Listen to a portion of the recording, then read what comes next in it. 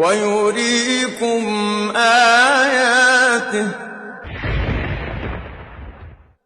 فأي آيات الله تنكرون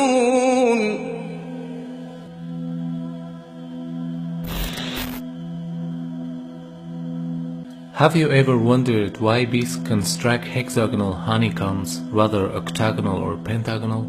Mathematicians were looking for the answer to this question, and they reached to an interesting conclusion.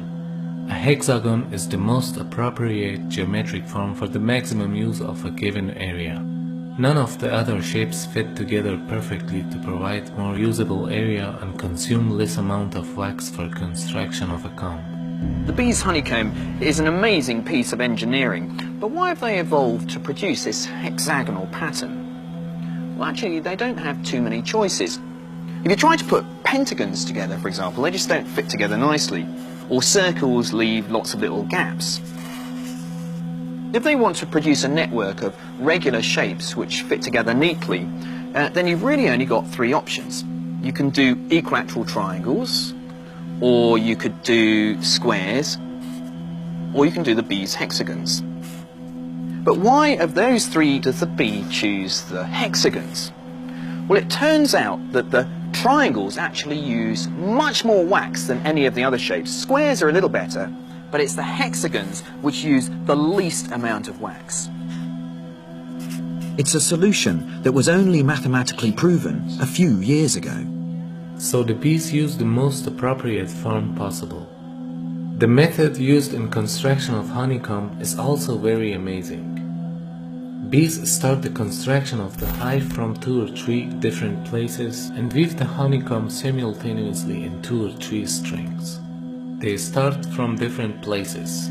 The bees, great in number, construct identical hexagons and then weave the honeycomb by combining these together and meeting in the middle. The junction points of the hexagons are assembled so deftly that no defect can be found in the structure of honeycomb. Look at this, it's perfect. Yeah. Hexagons here. Yeah, it is amazing. And the hexagon is a very strong structure. It's an engineering wonder for sure. While thinking about this extraordinary performance, we for sure have to admit the existence of a superior will that ordains these creatures. The evolutionists want to explain this achievement with the concept of instinct and try to present it as a simple attribute of the bee. They've just done it for thousands and thousands of years. They were born to do it. They just instinctively know that this is the shape of their home. If there's an instinct at work, and if the rule is applied over all bees and leads them to work in harmony while they are not informed of each other, then it means that there is an exalted wisdom that rules over all these tiny creatures. Or in other words, the creator of these tiny creatures inspired them with what they have to do.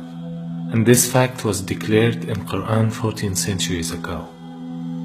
وأوحى ربك إلى النحل أن اتخذي من الجبال بيوتا ومن الشجر ومما يعرشون ثم كلي من كل الثمرات فاسلكي سبل ربك ذللا يخرج من بطونها شراب مختلف ألوانه فيه شفاء للناس إن في ذلك لآية لقوم يتفكرون. Furthermore, the worker bees, those who gather pollen and make honey, are actually all females. The male bees do not make honey. This was only known recently. However, the mentioning verses pointed out to this fact 14 centuries ago. The Arabic words kulli, fasluki and butuniha are all in female forms, whereas the male forms of these words are kul, fasluk and butunihim. So by using the female moods of these words, Allah subhanahu wa ta'ala informs us that the worker bees are the female ones. Moreover, these verses pointed to another recent discovery. Bees build their hives from their own wax. However, scientists just discovered bees that build their hive in wood and even in solid rock. And your Lord inspired the bee, set up hives in the mountains, and in the trees, and in what they construct.